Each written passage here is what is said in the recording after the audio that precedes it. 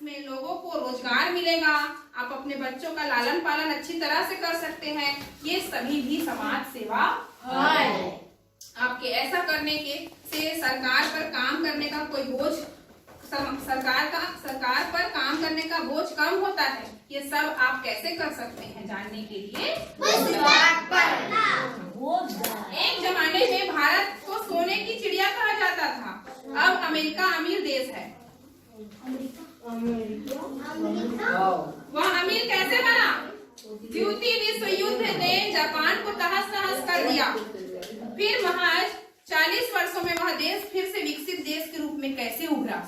पूरा ध्वस्त हो गया था जब हिरोशिमा नागासाकी में जो है एटम बम गिराया गया था, पूरा जापान तहस नहस। लेकिन 40 साल में वो फिर से आज विकसित देशों में उसकी गिनती होती है, विकासशील नहीं, विकसित। और हमारा भारत देश आज भी विकासशील देश है, आज भी विकसित देश नहीं है। कारण है अशिक्षा की बढ़ोतरी। लोग पढ़ना नहीं चाहते हैं, पढ़ाई के लिए सरकार इतनी व्यवस्था कर रही है लेकिन फिर भी नहीं चाहते तो क्या करेंगे? नहीं पढ़ना चाहते हैं तो ये सबसे बड़ा कारण है हमारा देश आज तक विकसित नहीं बन पाया। आगे देखते हैं। फिर महज 40 वर्षों में वह देश फिर से कैसे विकसित देश के रूप में कैसे उभरा? 1947 में जब भारत देश स्वतंत्र हुआ तब थाईलैंड, फिलीपींस, कोरिया, ताइवान और चीन ये सभी देश गरीब से गरीब थे। वे सब अब विकास के पथ पर अग्रसर हो चुके हैं, आगे बढ़ चुके हैं। यह कैसे हुआ तो जानने के लिए पढ़िए। 1.5 साल पहले छत्तीसगढ़ के बुनकर रोज 5.5 से 6 मीटर कपड़ा बनाते थे। उनकी सोच थी कि इससे अधिक कपड़ा बनाना संभव नहीं है। अब यही बुनकर रोज 8 मीटर से अधिक कपड़ा बनाते हैं। देश के अन्य राज्यों के बुनकर अभी भी रोज 5 मीटर कपड़ा बनाते हैं। छत्तीसगढ़ के बुनकरों ने अपनी सोच का दायरा तोड़ा। पहले पनिका लोग केवल पंछा बनाते थे, बाकी के कपड़ों की बुनाई का कार्य केवल कोस्टा लोग करते थे। अब आदिवासी लोग भी कंबल बना रहे हैं। यह सब संभव हुआ, आपकी भी प्रगति संभव है। अगर सिर्फ उतने सोच रहे होते तो क्या हो पाता क्या? लेकिन अपने सोच का, इसीलिए मैं बोली सोच का दायरा को बढ़ाओ। और हम नहीं कर सकते इस चीज को तो भूल जाओ। हम हर चीज कर सकते, जब तक ये नहीं मानोगे कि हम में ताकत नहीं है, हमने करने की क्षमता नहीं है, तब तक आप आगे नहीं बढ़ सकते। आप कहने का मतलब हम सभी, चाहे वो मैं हूँ चाहे आप हो, इस दुनिया का हर एक व्यक्ति पर ये बात लागू होता है। आगे देखते हैं, है ना। बैगा, कमार, पहाड़ी कोरवा ये सभी अति पिछड़ी जनजातियां हैं। दंतेवाड़ा, सरगुजा, जसपुर ये सभी छत्तीसगढ़ के नक्सली ग्रस्त पिछड़े जिले हैं, जहाँ नक्सली लोग दिन भर गोलीबारी कर देते हैं। आज भी हमको सुनने को मिलता है हमारे जो सैनिक लोग हैं वो मर गए, उनको गोली से मार दिया गया, उड़ा दिया गया। इतने पिछड़े जिले हैं। उसके बाद देखो, बैगा, कमार, पहाड़ी कोरवा लोगों ने पहाड़ों को फोड़ कर बिना सरकारी मदद के सड़क बना दी। कोई सरकारी मदद नहीं मिला, अपने मेहनत के दम पर वो लोग अपने लिए पहाड़ी एरिया पे क्या बना रहे? रास्ता बना रहे। कोयलाड़ी गांव के 6.5 किलोमीटर सड़क बना दी। सरगुजा जिले के गांव वासियों ने 31 दिसंबर 2006 ध्यान देंगे, 31 दिसंबर 2006 के दिन एक ही दिन में 1700 किलोमीटर सड़क श्रमदान से बना दी। एक ही दिन में 1700 मीटर का सड़क लोग अपनी मेहनत से बनाकर श्रम दान दिए। सरकार 1 रुपया मदद नहीं किया, ना कोई मेहनत पर वो उतना मेहनत की, उसके लिए उन लोग को कोई रोजगार भी नहीं, मतलब पैसा भी नहीं मिला। यहाँ मनरेगा के तहत मिलता है तो नहीं करेंगे जब तक पैसा नहीं मिलेगा बोलते हैं। वो लोग बिना पैसा के वो लोग अपने व्यवस्था के लिए क्या बना डाले? सड़क बनाना। इसको कहते हैं श्रम दान करना। श्रम दान किए मैंने दान कर दिए, उससे कुछ हासिल नहीं हुआ, समझ रहे हो कि नहीं, लेकिन कर दिए। तो हर बार हम हर चीज को किसी लालच के साथ हमको यही मिलेगा करके सोच के भी नहीं करना चाहिए। मंदिर में आप लोग पैसा देते हो, क्या मिलता है उससे? दान बोलते हो ना, कहाँ जाता है वो पैसा? कभी सोचना और इन सबको जानने के लिए आपको क्या पढ़ना होगा? पुस्तक पढ़ना। चलिए आगे देखते हैं।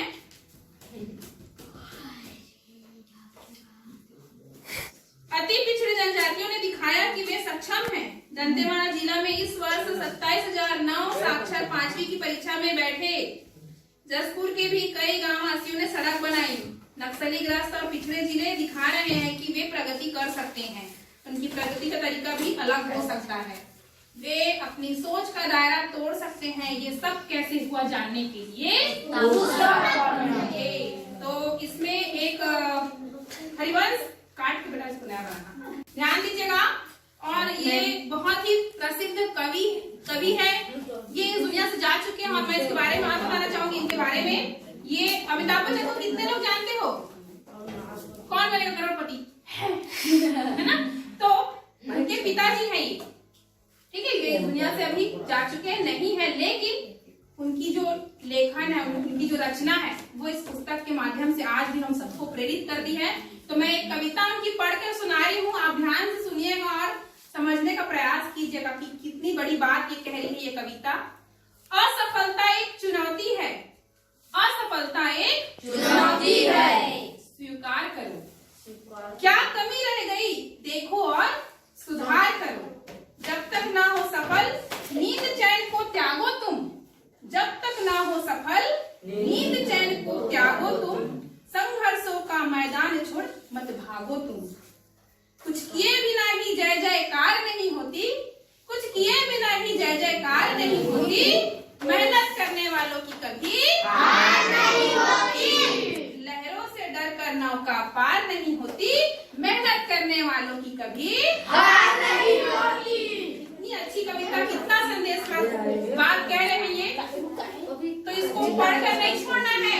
सफलता आज अगर आज हमको नहीं बना तो हमको अब नहीं करूंगी, मैं मेरे से नहीं बनता है, मेरे से नहीं होगा।